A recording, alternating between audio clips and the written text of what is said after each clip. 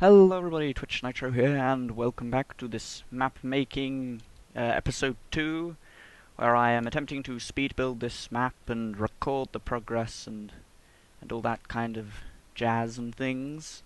You'll notice that this is actually moved place. That's because I've been doing some work off camera. It is in fact, it's been an entire day since the previous episode ended. I didn't get a lot of work done during that time because the day gap in between was there for a reason. I was busy on that day. I did get a little done, which I'm going to go through now.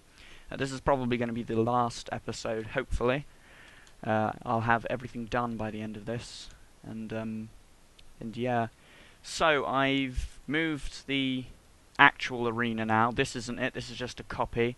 The reason why I've got all these signs here is because I use the command block signs thing quite heavily to help me move things and select regions and whatnot. So this is all just template stuff and template shenanigans, and I've moved all of the other templates, redstone templates. So this is the actual redstone we have thus far. I did in fact add that item deletion thing after last time. And I've got these teleporters which send us to the new zone. So this is actually the spawn area, the spawn chunks. And the actual map is outside of the spawn chunks. So here's the arena here, just nestled away. I'll show you everything that's loading in around me in a second. This is what I'm currently working on, that hopefully I'll get done soon. This controls, mob spawning and what have you. I've got the command block signs thing here as well. I've already worked out kind of how I want it to work. I'll probably go through it afterwards, but needless to say, it involves a dog, the same cloning command thing as before, and lots of command blocks, which use the new replace item command, which should be good. This over here is controlling the spawn. That actually does work, so I'll have to go through that now, I think. And here is where the arena actually will be. And I think, yes, there we go. This was broken at the end of the last one. I did in fact catch that. So that won't be there in the actual map. Although it wouldn't have made it past testing anyway. But so when you enter the world, you'll be teleported into here. This is going to be the holding bay. Not quite sure where I want to have the start button. I have this teleporter here for now. All it does is teleport you up, but yeah. So the area around, I sort of went for a pixel arty mountain range kind of thing. I think from in here it looks kind of good.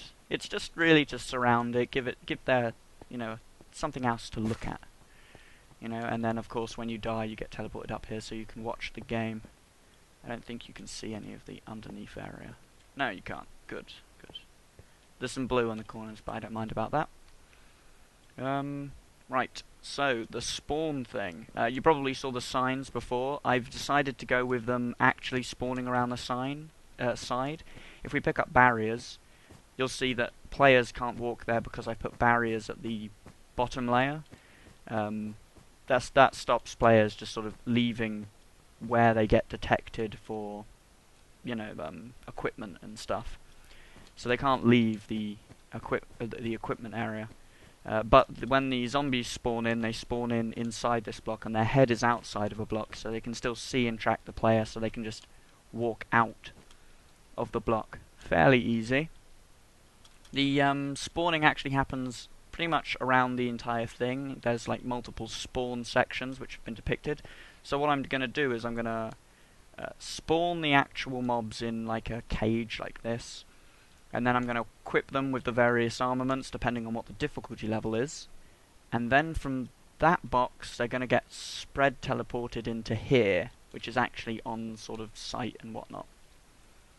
And then here they're going to be teleported into there by this, which just basically selects a mob which is inside this zone.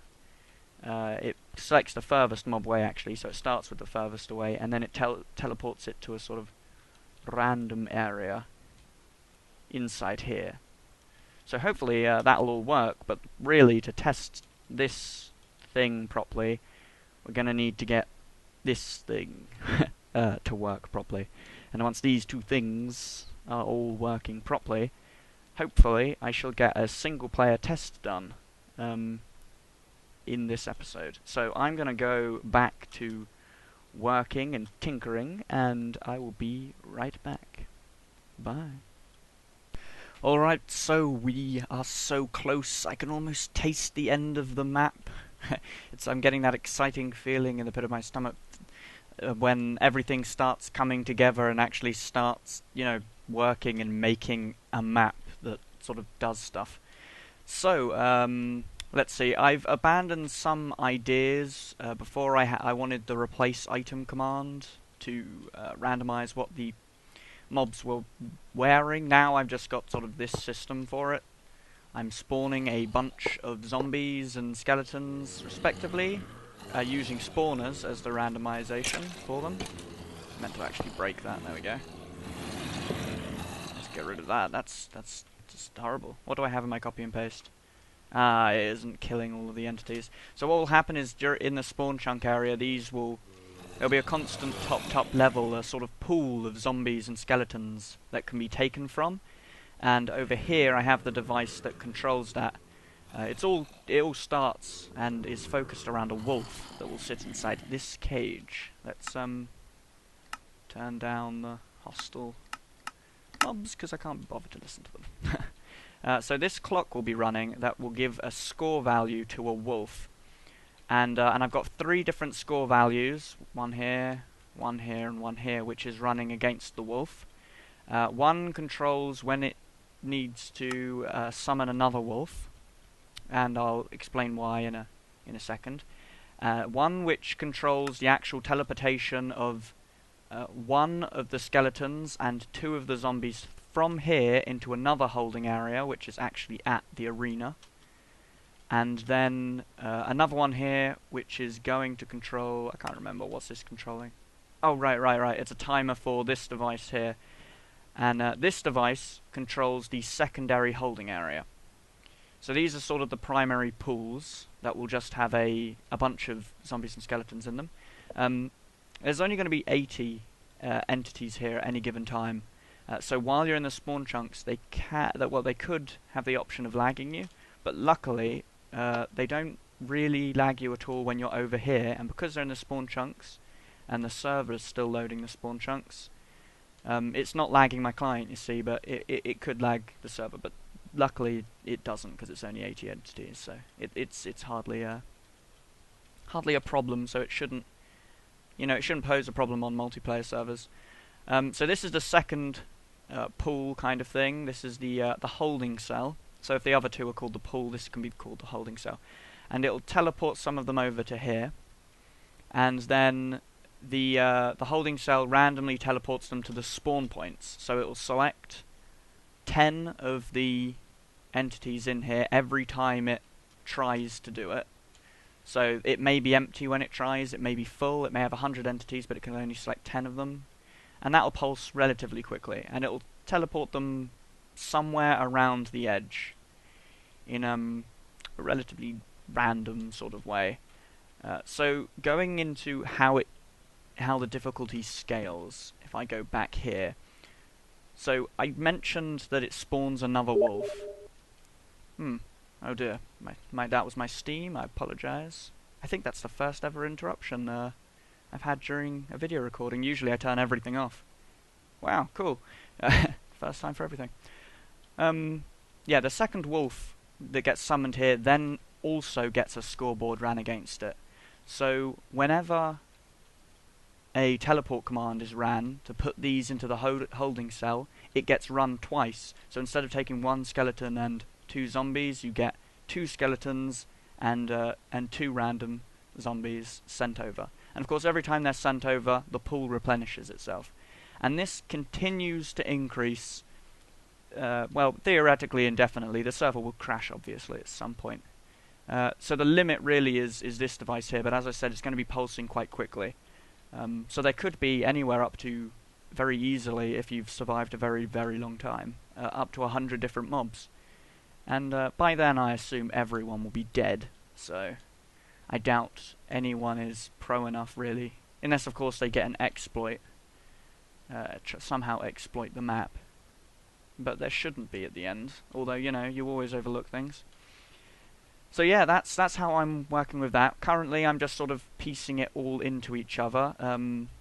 So it isn't sort of test ready yet, so I can't test it on camera. But as I said, I will end this series once I get to a test level, because everything past that is really just tinkering, difficulty checking, multiplayer testing, and I'll probably share some multiplayer tests on the channel as actual videos as well. So what I'm doing here is I'm using the sign filter again for the spawn area. So every time somebody joins the server, it will run an operation on them and send them over to the player holding cell over at the actual map. And I'm doing that by using this item hopper, and this will constantly clock and constantly run these commands. And over here I have the effect 16 being applied, which is night vision, the effect 23, which is saturation. Oh, there's another command block I need. I need to add them to a team and turn PvP off. Yeah, okay. Need to remember to do that. I turn them into adventure mode. I set their spawn point over to there. Actually, I shouldn't set their spawn point over to there. Oh, there we go. Yeah, I shouldn't set the spawn point over there. I might as well keep it here, so when they die, they appear here and then get re-teleported over. Because they need the effects to be reapplied to them, so they don't, yeah, starve or can't see, you know. And then, obviously, the last thing I do out of all of these is I teleport them over to there.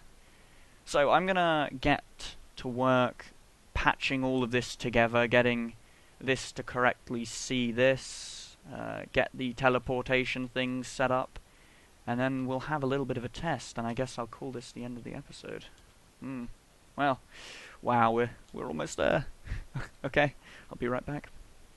Okay, alright, so, it is finished, or at least it's sort of all plugged in and all together. Everything's wired up. I kind of rushed the wiring for the last part. I didn't do anything I didn't follow good practice for map making, really. I just sort of bunged the stuff together. I even used redstone and repeaters, which is something you don't often see these days, unless of course they're definitely required. I put in my little thing here. I've decided to call the map Patchwork Peril. I liked how everything was sort of patchworky and whatnot. Even the redstone. So let's have a test. This is actually the sort of the downloadable version, or at least what I plan for it. It depends if it works. So you have to be in creative mode to start the game, and to start the game you have to step on this pressure plate here. That's a point. I should put a sign down or something there. Well, you step on the pressure plate to start the game. Okay. And switch to your first slot, and you should get a thing which gives you more hearts. I found that having more hearts is quite useful. I want to start game sound as well. It's not right that it doesn't make a sort of beeping noise. Anyway, I should probably get going. So the game starts pretty slowly. As you can see, the scoreboard's just been reset. Different areas, ranger area, you know, everything's working now. I've got like mega jump boost in this area. Helps me get around, so I can I make that jump? I think I can. Maybe I just suck. Oh, okay. Doesn't matter. Oh. Use the jump to get up to here, and then I could actually, if I hold shift, I can actually sort of sneak into this mode here. That seems to work alright. Bow, still. Die, zombie! I think I did show off the bow, didn't I? Yeah, power 2. Oh.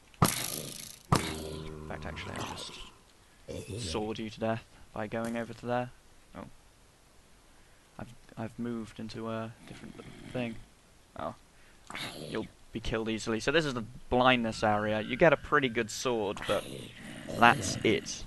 As I said, the game starts off pretty slow. I have tested this once or twice off camera, but not in the loadable version. It seems to work alright. I need to test the you want a bow battle? I'll give you a bow battle. Come get some skeleton. Ah. I need to test it on multiplayer. I think I'll probably do that later. But I think this it's working in single player, and I guess all the rest of the additions that I do will be. Let's go over here. Bonk. Probably not a good idea for me to do that. Yeah, all the rest of the additions will just be fixes and stuff. So I guess this is the end of the map making series. I hope you enjoyed the map. There'll probably be a link in the first one and the first map making episode and the second one for a link to a download or a link to the video which actually shows off the map. And I just have to test this in multiplayer, get it all fixed and done for that, and then ship it out. Yeah, I'm quite happy with the result, I must say. It's quite fun. Having the platform change on you like mid-fight is kind of interesting. It's like only a matter of time until luck conspires against you and they end up... Ooh. Okay, now it's getting a little bit harder. Oh god, this is not the zone for me. I found these blue zones are very difficult to fight these skeletons. Yeah, anyway. So until next time, everybody. Bye-bye. Die! Die! Fire!